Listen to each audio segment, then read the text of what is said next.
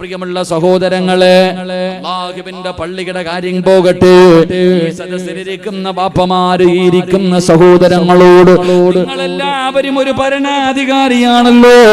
ഈ സദസ്സിലിരിക്കുന്ന ഓരോ ബാപ്പമാരുണ്ടല്ലോ, ഓരോ ബാപ്പമാരോട് ഞാൻ ചോദിക്കുകയാ, നിങ്ങളും ഒരു ഭരണാധികാരിയാണ്. ഇവിടുത്തെ ഭരണാധികാരി എന്നറിയുമോ? ലോകത്തിന്റെ ഭരണാധികാരിയല്ലോ, രാജ്യത്തിന്റെ ഭരണാധികാരിയല്ലോ, ഒരു സംസ്ഥാനത്തിന്റെ ഭരണാധികാരിയല്ലോ, ഒരു പഞ്ചായത്തിന്റെ ഭരണാധികാരിയല്ലോ. എവിടത്തെ ഭരണാധികാരി എന്നറിയുമോ? നീ നിന്റെ വീട്ടിലെ ഭരണാധികാരിയാ. എന്റെ പ്രിയപ്പെട്ടവരെ, ഞാനും നിങ്ങളും ഒരു വീട്ടിലെ ഭരണാധികാരിയാണ്. ആ വീടിന്റെ അകത്തെന്റെ പ്രിയമുള്ളവര്, നീതിയായ ഒരു ഭരണം നടക്കുന്നുണ്ടോ? നീതിയായ ഒരു ഭരണം നടക്കുന്നുണ്ടോ? മഹാനായ നബി മുഹമ്മദ് മുസ്തഫ സല്ലല്ലാഹു അലൈഹി വസല്ലമ തങ്ങൾ തന്റെ ഹജ്ജത്തുൽ വിദാഇലെ അവസാനത്തെ പ്രഭാഷണത്തിൽ അല്ലാഹുവിന്റെ പ്രവാചകൻ തന്റെ മുന്നിൽ ഒരുമിച്ച് കൂടിയ ആയിരക്കണക്കിന് വരുന്ന സ്വഹാബത്തിനോട് അല്ലാഹുവിന്റെ പ്രവാചകൻ അവിടെന്ന് പറഞ്ഞു, സ്വഹാബാ ഇത്തഖുല്ലാഹ ഫിന്നിസാ. തന്റെ മുന്നിൽ നിൽക്കുന്ന സ്വഹാബികളോട് അല്ലാഹുവിന്റെ പ്രവാചകൻ അവിടെന്ന് വിളിച്ചു പറഞ്ഞു, സ്വഹാബാ, നിങ്ങളുടെ ഭാര്യമാരുണ്ടല്ലോ, നിങ്ങളുടെ മക്കളുണ്ടല്ലോ, അത് അല്ലാഹു നിങ്ങൾക്ക് നൽകിയിരിക്കുന്ന അമാനത്താണ് സഹാബാ. നമ്മുടെ ഭാര്യമാരുണ്ടല്ലോ, നമ്മുടെ മക്കളുണ്ടല്ലോ, അത് അല്ലാഹു നമുക്ക് നൽകിയിരിക്കുന്ന അമാനത്താണ്. പാപ്പാ, നിന്നോട് ചോദിക്കും പാപ്പോ, നാളെ ഖബറിന്റെ അകത്ത് നിന്ന് എഴുന്നേറ്റ് നാളെ പടച്ചറപ്പിന്റെ പരലോകത്ത് ആ ചെമ്പിന്റെ തറയിലെ പടച്ചറപ്പിന്റെ മുന്നിൽ നീ പോയി നിൽക്കുമ്പോ അല്ലാഹു നിന്റെ ഭാര്യയെ കുറിച്ചു, നിന്റെ മക്കളെ കുറിച്ചു അല്ലാഹു നിന്നോട് വിചാരണ ചെയ്യുമെന്ന് നബി മുഹമ്മദ് മുസ്തഫ സല്ലല്ലാഹു അലൈഹി വസല്ലമ തങ്ങൾ അവിടെന്ന് പറയുമ്പോൾ ഈ നിരന്നിരിക്കുന്ന വാപ്പമാരോട് നിങ്ങൾക്ക് പറയാൻ കഴിയുമോ? നിങ്ങൾ നീതിമാനായ ഒരു ഭരണാധികാരിയാണ്, നിങ്ങളെ വീട്ടിലെ ഒരു നീതിമാനാണ്. പറയാൻ കഴിയുമോ സഹോദരാ? പറയാൻ കഴിയുമോ സഹോദരാ? എന്റെ പ്രിയപ്പെട്ടവരെ, നമ്മളിൽ പലർക്കും അത് പറയാനുള്ള അധികാരമില്ല, അത് പറയാനുള്ള യോഗ്യതയില്ല. എന്റെ പ്രിയപ്പെട്ടവരെ, മഹാനായ നബി മുഹമ്മദ് മുസ്തഫ സല്ലല്ലാഹു അലൈഹി വസല്ലമ തങ്ങൾ പറയുകയാണ്, അല്ലാഹുവിന്റെ വിശുദ്ധമായ ഖുർആനിലെ ഒരു ആയത്തോതുന്ന മനുഷ്യന് സ്വർഗ്ഗമുണ്ട്. അല്ലാഹുവിന്റെ വിശുദ്ധമായ ഖുർആനിലെ ഒരു ആയത്ത് ആരെങ്കിലും ഓതിയാൽ, ആരെങ്കിലും ഒരു ദുആ ചെയ്താൽ അല്ലാഹു അവന് സ്വർഗ്ഗത്തിൽ ഒരു കൊട്ടാരം കൊടുക്കുമെന്ന് മുത്തുനബി പറയുമ്പോ ഏത് ദുആ എന്നറിയുമോ? അല്ലാഹുമ്മ റബ്ബനാ ഹബ് ലനാ മിൻ അസ്വാജിനാ വദുർരിയാതിനാ ഖുർറത അയ്യുനിൻ വജഅൽനാ ലിൽമുത്തഖീന ഇമാമാ. ഈ ഒരൊറ്റ ഈ ദുആ ചെയ്യുന്നവന് സ്വർഗ്ഗത്തിൽ ഒരു കൊട്ടാരമുണ്ട്. എന്തേ ദുആ ചെയ്യുന്നത്? അല്ലാഹുമ്മ റബ്ബനാ ഹബ് ലനാ മിൻ അസ്വാജിനാ, അല്ലാഹുവേ, നിന്നെ ഭയന്ന് ജീവിക്കുന്ന ഒരു സാലിഹത്തായ ഒരു പെണ്ണിനെ എനിക്ക് ഭാര്യയാക്കി തരണേ അല്ലാ. എന്നിട്ട് പടച്ചവനോട് ദുആ ചെയ്യുന്ന റബ്ബേ, എന്റെ കണ്ണിന് കുളിർമയുള്ളോ, എന്റെ മയ്യത്ത് കുളിപ്പിക്കാൻ അറിയുന്നോ, എന്റെ മയ്യത്ത് നമസ്കരിക്കാൻ അറിയുന്നോ, എന്റെ ഖബറിന്റെ ചാരത്ത് വന്ന് ദുആ ചെയ്യുന്നോ, എന്റെ കയ്യിൽ പിടിച്ച സ്വർഗ്ഗത്തിൽ കൊണ്ടുപോകുന്നോ സാലിഹായ സന്താനങ്ങളെ നൽകണേ അല്ലാ. എന്നിട്ട് മൂന്നാമത് പറയുന്നത് എന്തെന്നറിയുമോ? ലിൽ മുത്തഖീന ഇമാമാ. എന്റെ ഭാര്യക്കും മക്കൾക്കും, എന്റെ ഭാര്യക്കും മക്കൾക്കും ഇമാമത്ത് നിൽക്കാൻ അർഹതയുള്ള, അവർക്ക് ഇമാമത്ത് നിൽക്കാൻ യോഗ്യതയുള്ള ഒരു വാപ്പയാക്കി എന്നെ മാറ്റണേ അല്ലാ. എന്റെ ഭാര്യക്കും മക്കൾക്കും മാതൃകയാകുന്ന ഒരു വാപ്പയാക്കണേ എന്ന് ദുആ ചെയ്യണേ എന്ന് ഖുർആൻ പറയുമ്പോ ഈ സദസ്സിലിരിക്കുന്ന ഉപ്പമാരോട് ഞാൻ ചോദിക്കുകയാ, നിങ്ങൾക്ക് അതിനുള്ള അർഹതയുണ്ടോ? അത് പറയാനുള്ള യോഗ്യത നിങ്ങൾക്കുണ്ടോ? എന്റെ പ്രിയപ്പെട്ടവരെ, മഹാനായ അബൂ വാഇൽ റളിയല്ലാഹു തആല അൻഹു, അബൂ വാഇൽ റളിയല്ലാഹു തആല അൻഹു സുബ്ഹി നമസ്കാരം കഴിഞ്ഞു. അല്ലാഹുവേ പടച്ചവനെ, സ്വഹാബികളതാ സ്വഹാബികൾ ഇബ്നു മസ്ഊദ് റളിയല്ലാഹു തആല അൻഹുവിന്റെ വീട്ടിലേക്ക് കടന്നു പോവുകയാണ്. പള്ളിയിൽ നിന്ന് സുബ്ഹി നമസ്കാരം കഴിഞ്ഞു. എല്ലാവരും കൂടെ അബൂ വാഇൽ എന്ന സ്വഹാബി പറയുകയാ, ഇബ്നു മസ്ഊദ് റളിയല്ലാഹു തആല അൻഹുവിന്റെ വീട്ടിലേക്ക് കടന്നു ചെന്നു. സുബ്ഹിയുടെ സമയം കഴിഞ്ഞു. സുബ്ഹി നമസ്കാരം കഴിഞ്ഞ സമയമാണ്. ആ വെളുപ്പാങ്കാലത്ത് വീടിന്റെ മുന്നിൽ ചെന്നിട്ട് അവിടുന്ന് സലാം പറയുമ്പോ ഇബ്നു മസ്ഊദ് റളിയല്ലാഹു തആല അൻഹു വീടിന്റെ അകത്തിരുന്നു കൊണ്ട് വിളിച്ചു പറഞ്ഞു, സ്വഹാബാ, വീടിന്റെ അകത്ത് കേറിയിരിക്കുക സഹാബാ. ഇബ്നു മസ്ഊദ് തങ്ങളെ വിളിച്ചു പറയുകയാണ്. പക്ഷേ സ്വഹാബികൾ വീടിന്റെ അകത്ത് കയറുന്നില്ല. സ്വഹാബികൾ വീടിന്റെ അകത്ത് കയറുന്നില്ല. കുറെ സമയം കഴിയുമ്പോ ഫഖറജത്തുൽ ജാരിയ, വീട്ടിലെ ഖാദിമായ പെണ്ണുണ്ടല്ലോ, ആ വീട്ടിലെ ഖാദിമായ പെണ്ണുണ്ടല്ലോ, ആ പെണ്ണ് ചോദിക്കുന്നു, നിങ്ങൾ എന്തേ കേറാത്തത്? യജമാനൻ അനുവാദം തന്നല്ലോ, നിങ്ങൾ എന്തേ വീടിന്റെ അകത്ത് കേറാത്തത്? എല്ലാവരും മിണ്ടാതെ നിൽക്കുകയാണ്. ഇബ്നു മസ്ഊദ് റളിയല്ലാഹു തആല അൻഹു നോക്കുമ്പോ സ്വഹാബികൾ വീടിന്റെ അകത്ത് കേറാതെ വെളിയിൽ നിൽക്കുകയാ. അവിടെന്ന് ചോദിച്ചു, സ്വഹാബാ, നിങ്ങൾക്ക് ഞാൻ അനുവാദം നൽകിയല്ലോ, കേറിയിരിക്കാൻ അനുവാദം നൽകിയല്ലോ, നിങ്ങൾ കേറിയിരിക്കാത്തത്? ആ സമയത്ത് അതാ സ്വഹാബികള് പറയുകയാണ്, സുബ്ഹി കഴിഞ്ഞ സമയമാണല്ലോ, സുബ്ഹി കഴിഞ്ഞ സമയമാണല്ലോ. അങ്ങയുടെ പെൺമക്കളും ചെറിയ മക്കളൊക്കെ വീടിന്റെ അകത്ത് കിടന്ന് ഉറങ്ങുന്ന സമയമോ, ഞങ്ങൾ ഈ സമയത്ത് വീടിന്റെ അകത്തേക്ക് കയറി ചെന്നാൽ ഉറങ്ങുന്നതിന്റെ മക്കൾക്ക് അതൊരു പ്രയാസമാകുമെന്ന് കരുതിയിട്ടാണ് കേറാത്തതെന്ന് സ്വഹാബികൾ പറയുമ്പോ ഇബ്നു മസ്ഊദ് റളിയല്ലാഹു തആല അൻഹുവിന്റെ കണ്ണ് നിറയുകയാ. ഇബ്നു മസ്ഊദ് തങ്ങളുടെ കണ്ണ് നിറയുകയാ. എന്നിട്ട് അവിടെന്ന് ചോദിക്കുന്നു, സ്വഹാബാ, നിങ്ങൾ ഇബ്നു മസ്ഊദിനെ കുറിച്ച് എന്തേ കരുതിയത്? ഞാൻ ഉത്തരവാദിത്തമില്ലാത്ത വാപ്പയാണെന്ന് കരുതിയോ? ഞാനൊരു ഉത്തരവാദിത്തമില്ലാത്ത വാപ്പയാണെന്ന് നിങ്ങൾ കരുതിയോ? സഹാബാ, അതാ ഇബ്നു മസ്ഊദ് മരിക്കുന്ന കാലം വരെ ഞാൻ സുബ്ഹിക്ക് എഴുന്നേറ്റിട്ടുണ്ടോ? എന്റെ ഭാര്യയും മക്കളും എഴുന്നേറ്റിട്ടുണ്ടാകും. സ്വഹാബാ, ഞാൻ എഴുന്നേറ്റിട്ടുണ്ടെങ്കിൽ എന്റെ കുടുംബവും എഴുന്നേറ്റിട്ടുണ്ടാകും. അല്ലാതെ സുബ്ഹി നമസ്കരിക്കാതെ എന്റെ വീടിന്റെ അകത്ത് എന്റെ മക്കള് കിടന്നുറങ്ങാറില്ല. ഇബ്നു മസ്ഊദ് തങ്ങളെ പറഞ്ഞെന്ന് ചരിത്രം പറയുമ്പോ ഇതുപോലെ പറയാ ധൈര്യമുള്ള ഏത് വാപ്പയാ ഉള്ളത്? ഇതുപോലെ പറയാ ധൈര്യമുള്ള ഏത് ഉപ്പയാ ഉള്ളത്? എന്റെ പ്രിയപ്പെട്ടവരെ, നമ്മുടെ വീടിന്റെ അകത്ത് നടക്കുന്ന രംഗമെന്താ? നമ്മൾ സുബ്ഹിക്ക് പള്ളിയിൽ വന്ന് നമസ്കരിക്കുന്നവരോട്, പക്ഷേ നിന്റെ ചാരത്ത്, നിന്റെ പുതപ്പിന്റെ കീഴ്, നിന്റെ ചാരത്ത് കിടക്കുന്ന നിന്റെ ഭാര്യ നമസ്കരിക്കാറുണ്ടോ? നിന്റെ മക്കള് നമസ്കരിക്കാറുണ്ടോ?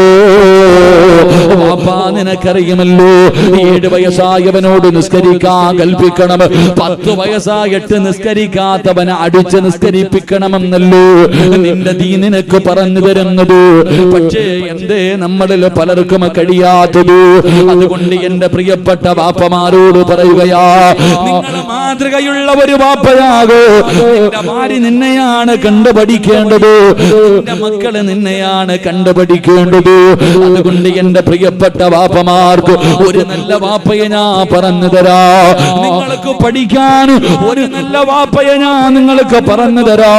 ഉപ്പമാരെ, മക്കളെ നിങ്ങൾ ഉപദേശിക്കണേ. നിങ്ങൾ നിങ്ങളുടെ മക്കളെ ഉപദേശിക്കണേ. ഇടയ്ക്കിടയ്ക്ക് സമയം കിട്ടുമ്പോ നിങ്ങളുടെ പൊന്നാര മക്കളെ വിളിച്ചിട്ട് ഉപദേശിക്കണു. നിങ്ങൾക്ക് പഠിക്കാനൊരു വാപ്പയെ പറഞ്ഞു തരാ. ആരാണെന്നറിയുമോ? മഹാനായ സഅദ് ഇബ്നു അബീ വഖാസ്. സഅദ് ഇബ്നു അബീ വഖാസ് റളിയല്ലാഹു തആല അൻഹു ആ സഹാബി തന്റെ പൊന്നുമോനെ അടുത്ത് വിളിക്കുകയാണ്. ചെറിയ പ്രായമുള്ള തന്റെ പൊന്നുമോനെ, യാ ബുനയ്യ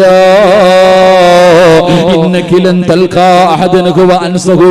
അവിടുന്ന് തന്റെ പ്രിയപ്പെട്ട പൊന്നുമോട് മഹാനായ സഅദ് ഇബ്നു അബീ വഖാസ് റളിയല്ലാഹു തആല അൻഹു തന്റെ പൊന്നാര മകനെ അടുത്ത് വിളിച്ചിട്ട് അവിടുന്ന് പറയുന്നു, മോനെ, നിന്നെ ഉപദേശിക്കാൻ ഏറ്റവും അർഹതയുള്ളത് ഞാനാണ്. എന്നെ പോലെ ഉപദേശിക്കാൻ ഈ ലോകത്ത് മറ്റൊരാളുമില്ല. അതുകൊണ്ട് ഞാൻ എന്റെ പൊന്നുമകന് മോൻ ഉപദേശം തരാ. തന്റെ പൊന്നാര മകൻ അവിടുന്ന് സഅദ് ഇബ്നു അബീ വഖാസ് റളിയല്ലാഹു തആല അൻഹു മൂന്ന് ഉപദേശമാണ് കൊടുത്തത്. ഒന്നാമത്തെ ഉപദേശം എന്തെന്നറിയുമോ? ഇദാ അറദ്ത അൻ തുസല്ലി ഫഅഹ്സിൻ വുളൂഅക. വാപ്പാ, നീ ഇങ്ങനെ ഒരു ഉപദേശം കൊടുത്തിട്ടുണ്ടോ? സഅദ് ഇബ്നു അബീ വഖാസ് റളിയല്ലാഹു തആല അൻഹു തന്റെ പൊന്നുമകന് കൊടുത്ത ഒന്നാമത്തെ ഉപദേശം എന്തെന്നറിയുമോ? മോനെ, എന്റെ പൊന്നുമകൻ നിസ്കരിക്കാൻ ഉദ്ദേശിച്ചാൽ മോൻ നല്ലതുപോലെ ഉളുവെടുക്കണേ മോനെ. ഒരു വാപ്പ തന്റെ പൊന്നാര മകന് കൊടുത്ത ഉപദേശമോ? മോനെ, നിസ്കരിക്കാൻ ഉദ്ദേശിച്ചാൽ എന്റെ പൊന്നുമകൻ നല്ലതുപോലെ ഉളുവെടുക്കണം, സൂക്ഷ്മതയോടുകൂടി ഉളുവെടുക്കണം, ഒരു പോരായ്മയും ഇല്ലാത്ത രീതിയിൽ ഉളുവെടുക്കണം. കാരണം എന്തെന്നറിയുമോ? മോൻ എന്തിനാ ഉളുവെടുക്കുന്നതെന്നറിയുമോ? സഹോദരാ, എത്രയോ കൊല്ലങ്ങൾ കൊണ്ട് ഞാനും നിങ്ങളും ഉളുവെടുക്കുന്നുണ്ട്. എന്തിനാണ് ഉളുവെടുക്കുന്നതെന്ന് നിനക്കറിയുമോ? നിന്റെ മക്കളോട് നീ പറഞ്ഞു കൊടുത്തിട്ടുണ്ടോ?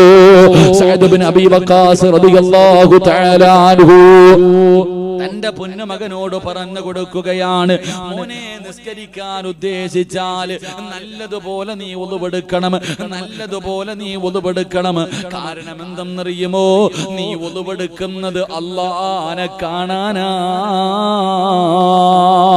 ഒരു വാപ്പ തന്റെ മകനോട് പറഞ്ഞു കൊടുക്കുകയാ, മോനെ, ഉളുവെടുക്കുന്നത് അല്ലാഹനെ കാണാനാണ് മോനെ. ഇന്ന് വരെ 50 വയസ്സുള്ള വാപ്പ നിനക്ക് തോന്നിയിട്ടുണ്ടോ? ഓർമ്മ വെച്ച കാലം മുതൽ നീ ഉളുവെടുക്കുന്നവനാണ്. ഇന്ന് വരെ നിനക്ക് തോന്നിയിട്ടുണ്ടോ ഞാൻ ഉളുവെടുക്കുന്നത് അല്ലാഹനെ കാണാനാ? ഈ ചിന്ത നിനക്കുണ്ടായിട്ടുണ്ടോ? പക്ഷേ സഅദ് ഇബ്നു അബീ വഖാസ് റളിയല്ലാഹു തആല അൻഹു തന്റെ പൊന്നുമകനോട് പറഞ്ഞു, മോനെ, ഉളുവ് കളിക്കേണ്ട കാര്യമല്ല, അത് കളിയല്ലടാ പൊന്നുമോനെ. ഉളുവെടുക്കുന്നത് അല്ലാഹനെ കാണാനാ. അതുകൊണ്ട് എന്റെ പൊന്നുമകൻ സൂക്ഷ്മതയോടുകൂടി വേണം ഉളുവെടുക്കാൻ. കാരണം എന്തെന്നറിയുമോ? നിങ്ങൾക്ക് ഈമാനുള്ള ഒരു മനുഷ്യനെ കാണണോ? നിസ്കാരത്തഴമ്പിലല്ല, താടിയുടെ നീളത്തിലല്ല, പ്രവാസനം നടത്തുന്നതിലല്ല, ഇമാമത്ത് നിൽക്കുന്നതിലല്ല, ഹജ്ജിന് പോയതിന്റെ പേരിലല്ല. നിങ്ങൾക്ക് ഈമാനുള്ള ഒരു മനുഷ്യനെ കാണണോ? നിങ്ങൾക്ക് ആർക്കെങ്കിലും ഈമാനുള്ള, ഈ നാട്ടിലെ ഈമാനുള്ള ഒരു മനുഷ്യനെ നിങ്ങൾക്ക് ആർക്കെങ്കിലും കാണണോ? ഇമാം ഗസാലി തങ്ങൾ പറയുകയാ, ഹൗദിന്റെ കരയിൽ പോയി നിൽക്കുമോനെ,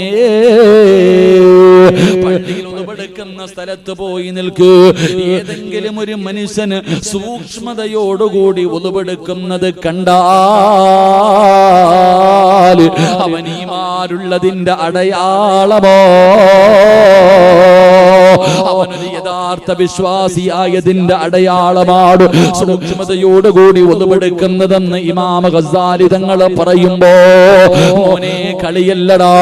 വാപ്പ എന്തിനാണ് തന്റെ പൊന്നാര മകനോട് ഉളുവിനെ കുറിച്ച് പറയാറുള്ള കാരണം എന്തെന്നറിയുമോ? മഹാനായ നബി മുഹമ്മദ് മുസ്തഫ സല്ലല്ലാഹു സല്ലല്ലാഹു അലൈഹി വസല്ലമ തങ്ങൾ പറയുകയാ, ഒതുവിന്റെ പ്രതിഫലം എന്തെന്നറിയുമോ? ഒതുവെടുത്താൽ കിട്ടുന്ന പ്രതിഫലം എന്തെന്നറിയുമോ? അല്ലാഹുവിന്റെ പ്രവാചകൻ അവിടെന്ന് പറഞ്ഞു, സ്വഹാബ, ഞാൻ ഒതുവെടുത്ത് കാണിച്ചു തന്നതുപോലെ ഏതെങ്കിലും ഒരു മനുഷ്യൻ ഒതുവെടുത്താൽ അല്ലാഹു ആ മനുഷ്യന് കൊടുക്കുന്ന പ്രതിഫലം എന്തെന്നറിയുമോ? ഈ സദസ്സിലിരിക്കുന്നവരോട് പറയുകയാ, ഉസ്താദേ, ഞാൻ ജീവിതത്തിൽ ഒരുപാട് പാപം ചെയ്തവനാണ്. ഇവിടെ കൊണ്ടാണ് ഈ പാപങ്ങൾ കഴുകിക്കളയുന്നത്? എന്ത് ചെയ്യാനാണെന്ന് ചോദിക്കുന്ന മുസ്ലിമേ, നിന്റെ ജീവിതത്തിൽ ചെയ്ത പാപം പൊറുക്കാനുള്ള ഒരു എളുപ്പവഴി പറയാ. നിന്റെ ജീവിതത്തിൽ ചെയ്തു കൂട്ടിയ എല്ലാ പാപങ്ങളും പൊറുക്കാനുള്ള ഒരു എളുപ്പവഴി ഞാൻ പറയാ. മഹാനായ നബി മുഹമ്മദ് മുസ്തഫ സല്ലല്ലാഹു അലൈഹി വസല്ലമ തങ്ങള്, അല്ലാഹുവിന്റെ പ്രവാചകൻ അവിടെന്ന് പറയുകയാണ്, ഞാൻ ഒളുവെടുത്ത് കാണിച്ചു തന്നതുപോലെ നിങ്ങൾ ആരെങ്കിലും ഒളുവെടുത്താൽ നിന്റെ സർവ്വ പാപങ്ങളും അല്ലാഹു പുറത്തു തരുമെന്ന് നബി മുഹമ്മദ് മുസ്തഫ. മരത്തിൽ നിന്ന് ഉണക്ക ഇല പൊഴിഞ്ഞു വീഴുന്നത് പോലെ നീ കണ്ണുകൊണ്ട് കണ്ട പാപമുണ്ടല്ലോ, ചെവി കൊണ്ട് കേട്ട പാപമുണ്ടല്ലോ, നാവ് കൊണ്ട് പറഞ്ഞ പാപമുണ്ടല്ലോ, കൈ കൊണ്ട് പിടിച്ച പാപമുണ്ടല്ലോ, കാലുകൊണ്ട് നടന്ന പാപമുണ്ടല്ലോ, എല്ലാ പാപങ്ങളും അല്ലാഹു നിനക്ക് പുറത്തു തരുമെന്ന് മുത്തുനബി പറയുമ്പോ, ഉമ്മ പ്രസവിച്ചിട്ട മക്കളെ പോലെ വേണം അല്ലാഹനെ കാണാ പോകാ.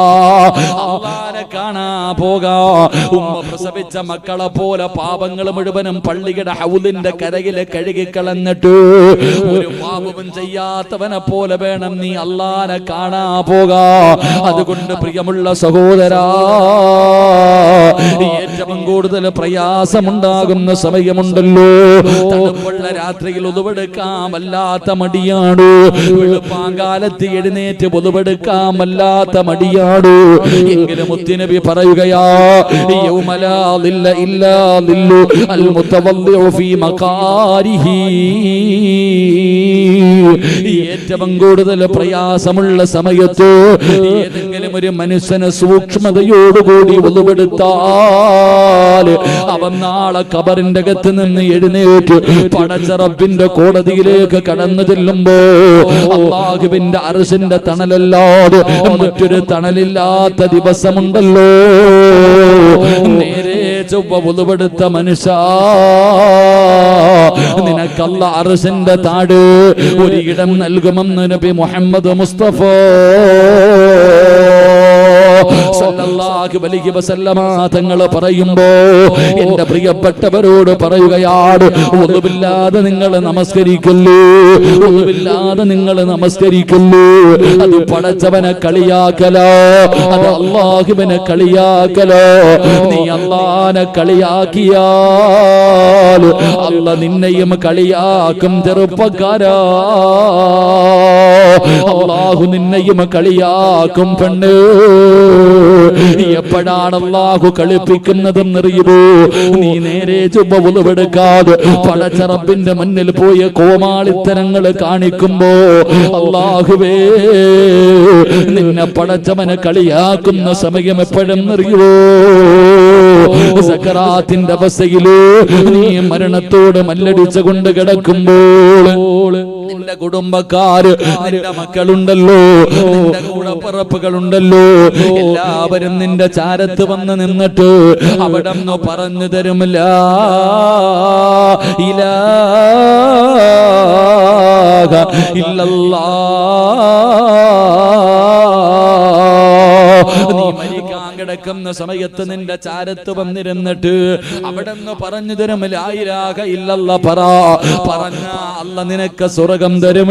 എല്ലാവരും കൂടെ പറഞ്ഞു തരുമ്പോ പറയണമെന്ന ആഗ്രഹത്തോടെ നിന്റെ നാവ് പൊക്കുമ്പോ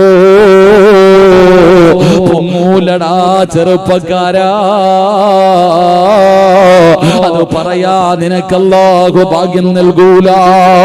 അതുകൊണ്ട് മഹാനായ സ്വഹാബിയുണ്ടല്ലോ സഅദ് ഇബ്നു അബീ വഖാസ് റളിയല്ലാഹു തആല അൻഹു, തന്റെ പൊന്നുമകന് കൊടുത്ത ഒന്നാമത്തെ ഉപദേശം, മോനെ നമസ്കരിക്കാൻ ഉദ്ദേശിച്ചാൽ നല്ലതുപോലെ വുളുവെടുക്കണേ.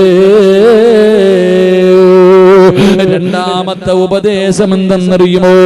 ഒരു വാപ്പ തന്റെ മകന് കൊടുത്ത രണ്ടാമത്തെ ഉപദേശം എന്താ? അല്ലാഹുവേ, അവിടെന്ന് പറയുന്നു, മോനെ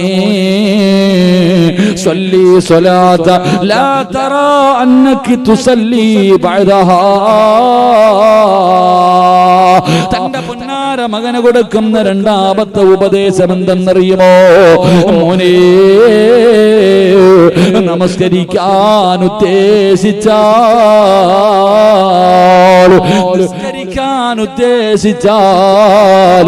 എങ്ങനെയാണ് നിസ്കരിക്കേണ്ടതെന്നറിയുമോ? എങ്ങനെയാണ് നിസ്കരിക്കേണ്ടതെന്നറിയുമോ?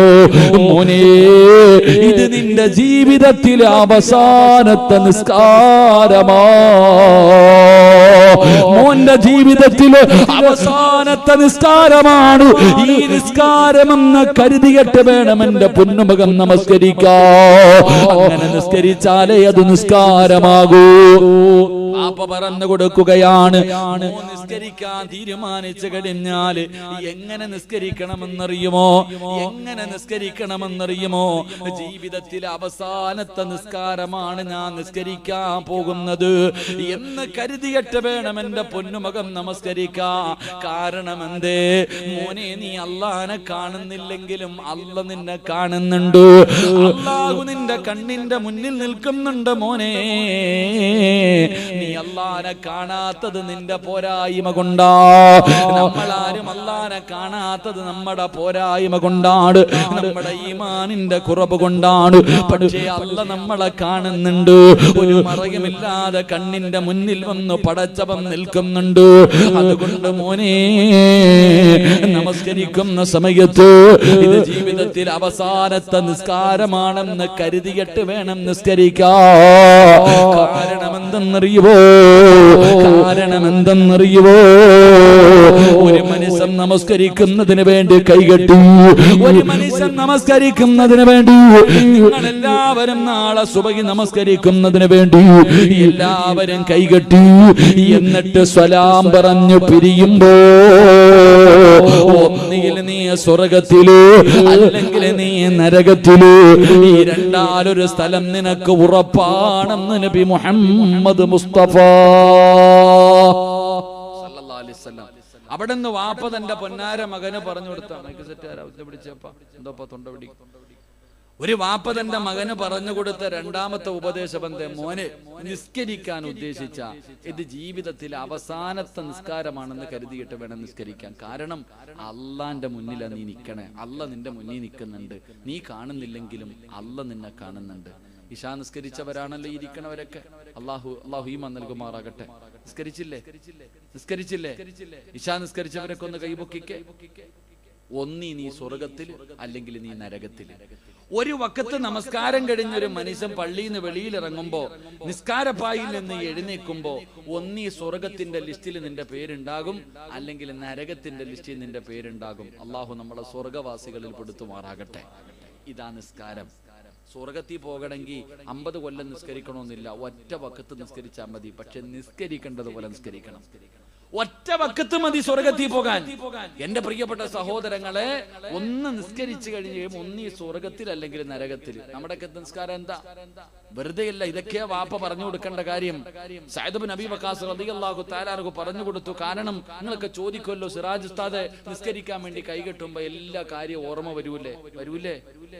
വരുവോ ചങ്ങാതി? എന്താ പറയാൻ മടിയുണ്ട്? നിസ്കരിക്കാൻ കൈകിട്ടി. അതിലെ പഴയ ആൾക്കാർ പറയണേ, താക്കോൽ എവിടെ വെച്ച് അറിയില്ല, ഒന്ന് നിസ്കരിക്കട ഇപ്പൊ ഓർമ്മ വരും. അതന്നെ എന്റെ പ്രിയപ്പെട്ട സഹോദരങ്ങളെ, നമ്മൾ നമസ്കരിക്കാൻ കൈകെട്ടിക്കഴിഞ്ഞാൽ പഴയ കാര്യങ്ങൾ മുഴുവനും ഓർമ്മ വരും. കാരണം എന്തേ? നമ്മൾ നമസ്കരിക്കാൻ കൈകിട്ടുമ്പോ ഇടതുഭാഗത്ത് ഒരു ഇബ്ലീസ് വന്ന് നിന്നിട്ട് എല്ലാം ഓർമ്മപ്പെടുത്തുമെന്ന് നബിയിനാ റസൂലുള്ളാഹി. അളിയാ, നിനക്ക് അവൻ പൈസ തരാനുണ്ടടാ, നിനക്ക് അവൻ അൻവർ തരാനുണ്ട്, അല്ലെങ്കിൽ അവൻ തരാനുണ്ട്, ഇവൻ തരാണ്ട്, എല്ലാം ഇങ്ങനെ ചെവിയിൽ പറഞ്ഞു തരും. ആര്? ഇബ്ലീസ്. ഇടത് ഭാഗത്ത് അവൻ നിന്നിട്ട് ഇങ്ങനെ പറയും. കാരണം അള്ളാനെ കളിയാക്കടാ, മുന്നിൽ റബ്ബ് നിൽക്കുന്നുണ്ട്, ഒരു പരിഗണനയും കാണിക്കണ്ട. എടാ പടച്ചവൻ കണ്ണിന്റെ മുന്നിൽ നിൽക്കുന്നടാ, അവനും അള്ളാനും നോക്കണ്ട, അള്ളാനെ ഒന്നും പരിഗണിക്കൊന്നും വേണ്ട. അതാ ഈ ഞാൻ പറയണ കേക്ക്, നിനക്ക് പൈസ തരാണ്ട്, നിനക്ക് അത് കിട്ടാനുണ്ട്, ഇത് കിട്ടാനുണ്ട്, നിന്റെ സാധനം അവിടെ ഉണ്ട്, ഇബ്ലീസ് എല്ലാം പറഞ്ഞു തരും. അപ്പൊ വലതു ഭാഗത്ത് നിൽക്കുന്ന ഒരു മലക്ക് പറയും, എടാ സിറാജെ, നീ എവിടെ നിൽക്കണെന്നറിയോ? അള്ളാന്റെ മുന്നിൽ. എന്നോട് ഞാൻ നിസ്കരിക്കാൻ നിൽക്കുമ്പോ എന്റെ വലതുഭാഗത്ത് നിൽക്കുന്ന മലക്ക് പറയും, ഇടതുഭാഗത്ത് നിന്ന് ഇബ്ലീസ് പറഞ്ഞു തരുമ്പോ വലതുഭാഗത്ത് നിൽക്കുന്ന മലക്ക് പറയും, സിറാജേ, ഈ പ്രപഞ്ചം മുഴുവനും അടക്കി ഭരിക്കുന്ന രാജാതിരാജനായ മലിക്കുൽ ജബ്ബാറായ റബ്ബുൽ ഇസ്സത്തായ അല്ലാഹുവിന്റെ മുന്നിലാടാ സിറാജ നിൽക്കണേ. അള്ളാന്റെ മുന്നിലാടാ. നീ അള്ളാനെ കാണുന്നില്ലെങ്കിലും അള്ള നിന്നെ കാണുന്നുണ്ട്. ഈ ശൈത്താൻ പറയുന്നത് നീ അനുസരിക്കല്ലേടാ. ഭയഭക്തിയോടുകൂടി നിൽക്കടാ സിറാജെ. കൈകെട്ടിയപ്പോ നീ എന്തേ പറഞ്ഞത്? ഇന്ന സ്വലാത്തി വനുസുഖി വമഹയായ വമമാതി ലില്ലാഹി റബ്ബിൽ ആലമീൻ. കരാറ് ചെയ്തവനാ നീ. അല്ലാ, എന്റെ ജീവിതം, എന്റെ ചലനം, എന്റെ സർവ്വതും അല്ലാ നിനക്കുള്ളതാണെന്ന് പറഞ്ഞിട്ടാ നിക്കണ സിറാജെ. നേരെ ചൊവ്വ നിക്കടാ, നേരെ ചൊവ്വ നിക്കടാ. അല്ലാഹുവിന്റെ റസൂൽ സല്ലല്ലാഹു അലൈഹി വസല്ലം തങ്ങൾ പറയുന്നു, മലക്കിങ്ങനെ പറഞ്ഞു തരും, റുകൂഇൽ പോകുമ്പോ, സുജൂദിൽ പോകുമ്പോ, അല്ലാഹുവേ പടച്ചവനെ, പാപങ്ങൾ മുഴുവനും. അതുകൊണ്ടാ മഹാന്മാര് പഠിപ്പിച്ചു തന്നത്. സ്വഹാബികൾ മുത്തുനബി സല്ലല്ലാഹു അലൈഹി വസല്ലം തങ്ങൾ പറഞ്ഞു, നിങ്ങൾ ഒറ്റയ്ക്ക് നിസ്കരിക്കുമ്പോൾ സുജൂദ് ദീർഘിപ്പിക്കണേ എന്ന് നബിയിനാ റസൂലുള്ളാഹി. ഒരുപാട് നേരം സുജൂദിൽ കിടക്കണം. കാരണം അല്ലാഹുവിന് ഏറ്റവും ഇഷ്ടപ്പെട്ട കാര്യമാണ് സുജൂദ് ചെയ്യുന്നത്. ഒരു മനുഷ്യൻ സുജൂദിൽ കിടക്കുമ്പോ അല്ലാഹുവേ, മരത്തിൽ നിന്ന് ഇലകൾ പൊഴിഞ്ഞു വീഴുന്നത് പോലെ ആ മനുഷ്യൻ ചെയ്ത പാപങ്ങൾ താഴെ വീഴുമെന്ന് നബിയിനാ റസൂലുള്ളാഹി. നമ്മൾ ചെയ്ത പാപങ്ങൾ മുഴുവനും തലയുടെ മുകളിൽ വന്ന് നിൽക്കും. നമ്മൾ സുജൂദിൽ കിടക്കുമ്പോ ഈ പാപം ഇങ്ങനെ പൊഴിഞ്ഞു വീഴുകയാ. ജീവിതത്തിൽ ചെയ്ത പാപങ്ങൾ ഇങ്ങനെ പൊടിഞ്ഞു വീഴുകയാ. അല്ലാഹുവേ, അവിടുന്ന് മലക്ക് പറയുകയാണ്, നീ അല്ലാഹുവിന്റെ മുന്നിലാണ് നിൽക്കുന്നത്. എന്റെ പ്രിയമുള്ളവരെ, അവസാനം അസ്സലാമു അലൈക്കും വറഹ്മത്തുള്ളാഹ്, അവിടുന്ന് സലാമങ്ങ് വീട്ടി കഴിയുമ്പോ മലക്ക് കെട്ടിപ്പിടിക്കുന്നു, സിറാജേ, നീ സ്വർഗവാസിയാടാ സിറാജ്, നീ സ്വർഗത്തിന്റെ അവകാശിയാടാ, നീ സ്വർഗത്തിന്റെ അവകാശിയാടോ. അല്ലാഹുവേ, മലക്കുകൾ സ്വർഗത്തിന്റെ മുന്നിൽ നിന്റെ പേരെഴുതി വെച്ചിട്ടുണ്ട്. ഇബ്ലീസിന്റെ ചതിയിൽ നിന്ന് രക്ഷപ്പെട്ടല്ലോ. അല്ലാഹുവേ, മരിച്ചാ നീ സ്വർഗത്തിലാ. ഇന്ന് ഇശാ നിസ്കരിച്ചവരെ നാളെ സുബഹിക്ക് നിസ്കരിക്കാൻ ബാങ്ക് വിളിക്കുന്നതിന് മുമ്പ് നീ മരിച്ചാ സ്വർഗത്തിലാ. അതാ പള്ളിയിൽ നിന്ന് ഇറങ്ങി പോകുമ്പോ, നിസ്കാരപ്പായിൽ നിന്ന് എഴുന്നേക്കുമ്പോൾ മലക്ക് പറയുന്നത് അങ്ങനെയാണ്. അല്ലാതെ ഇബ്ലീസിന്റെ വാക്ക് കേട്ടാൽ അല്ലാഹുവേ, മലക്ക് കരയുകയാ.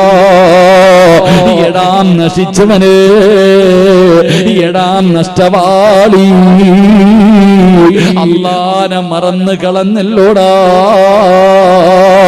സ്വർഗമെന്ന് പറയുന്ന ഏറ്റവും വലിയ അനുഗ്രഹം അത് നീ നഷ്ടപ്പെടുത്തി കളഞ്ഞല്ലോടാ. ഈ നിസ്കാരം നേരെയായിരുന്നെങ്കിൽ അല്ലാഹു നിനക്ക് സ്വർഗം തരുമായിരുന്നല്ലോ. ഞാൻ പറഞ്ഞത് കേട്ടില്ലല്ലോടാ സിറാജ്. നിന്റെ പേര് നരകത്തിന്റെ മുന്നിൽ എഴുതി വെച്ചിട്ടുണ്ടോ. അടുത്ത വക്കത്തിന് മുമ്പങ്ങാണം നീ മരിച്ചു പോയാൽ, അടുത്ത വക്കത്തിന് മുമ്പങ്ങാണം നീ മരിച്ചു പോയാ നീ നരകത്തിന്റെ അവകാശിയാടോ എന്ന് മലക്കുകൾ കരഞ്ഞുകൊണ്ട് പറയുമെന്ന് പ്രവാചകൻ പറയുമ്പോ, എന്റെ പ്രിയമുള്ള സഹോദരാ, അതാണ് വാപ്പ പറഞ്ഞു കൊടുക്കുന്നത്. മോനെ, നമസ്കരിക്കണേ പൊന്നുമോനെ. ജീവിതത്തിൽ അവസാനത്തെ നിസ്കാരമാണെന്ന് കരുതിയിട്ട് വേണം നിസ്കരിക്കാൻ. നീ അത് പറയാറുണ്ട്. നിന്റെ പൊന്നാര മക്കളെ, പ്രായപൂർത്തിയായ മക്കളെ ചാരത്ത് പിടിച്ച് നിർത്തിയിട്ട് നിസ്കരിപ്പിക്കണ്ട ബാധ്യത നിനക്കുണ്ടല്ലോ വാപ്പാ. നിന്നെ കൊണ്ട് കഴിയാത്തത് എന്റെ പ്രിയമുള്ള ഉപ്പമാരോട് ഉമ്മമാരോട് എല്ലാവരും ആഗ്രഹിക്കുന്നത് എന്താണ്? തന്റെ പൊന്നാര മക്കളെ നല്ലതുപോലെ ജീവിക്കുന്നത് കാണാനല്ലോ.